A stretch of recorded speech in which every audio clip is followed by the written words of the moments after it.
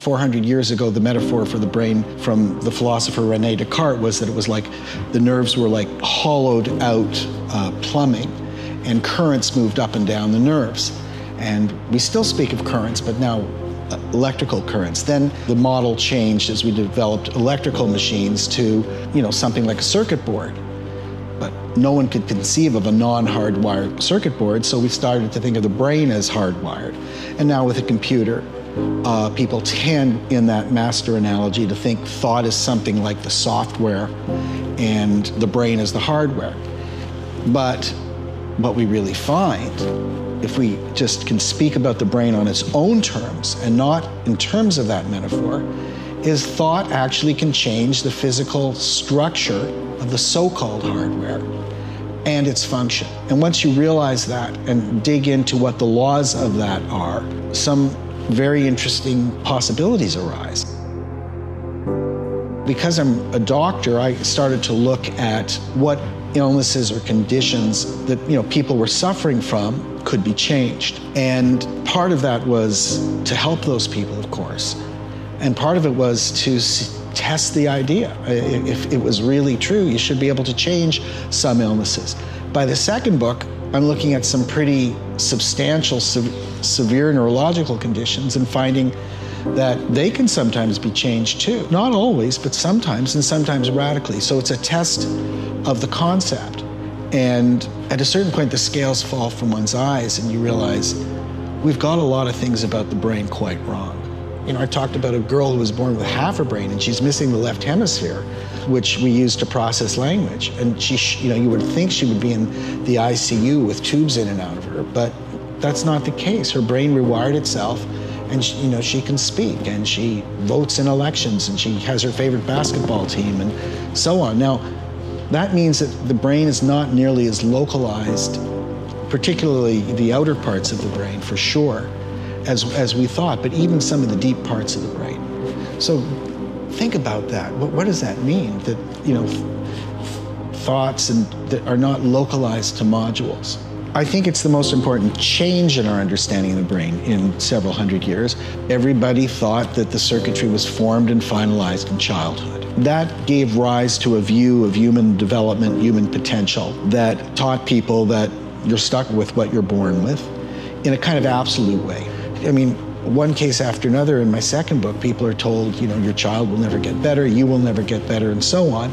It's not possible. If you had a stroke when you were being born and you have cerebral palsy, that the assumption was that's it.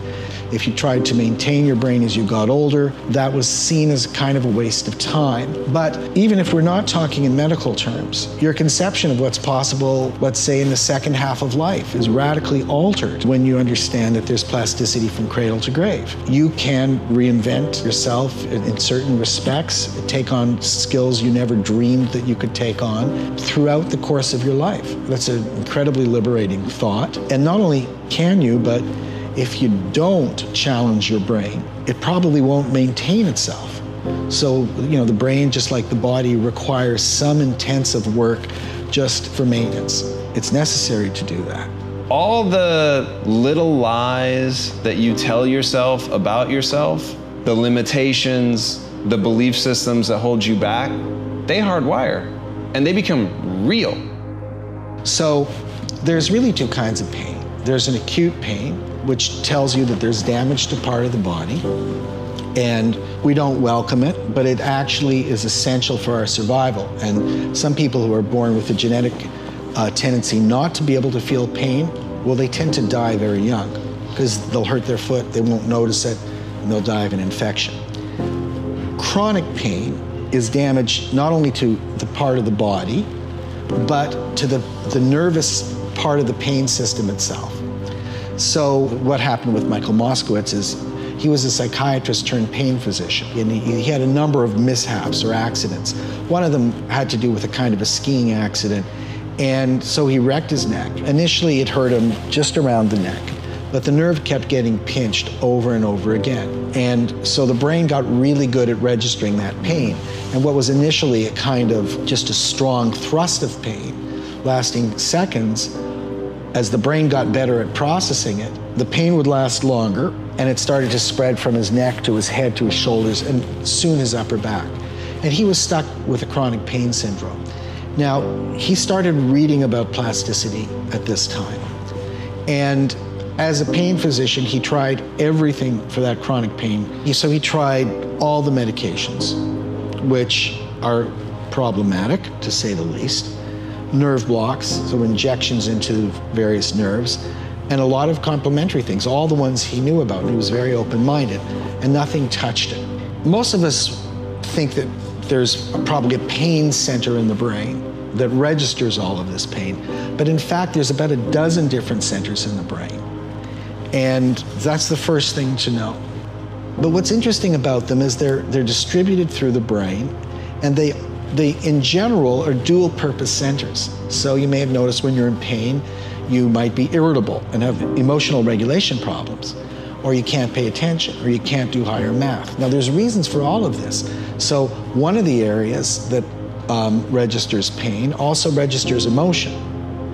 And what's happening there is the part, when you have acute pain, a small part of that area will light up. When it becomes chronic, about another 20% of that map will light up, and it literally invades the processing areas of emotion. So it's not as good at processing emotion.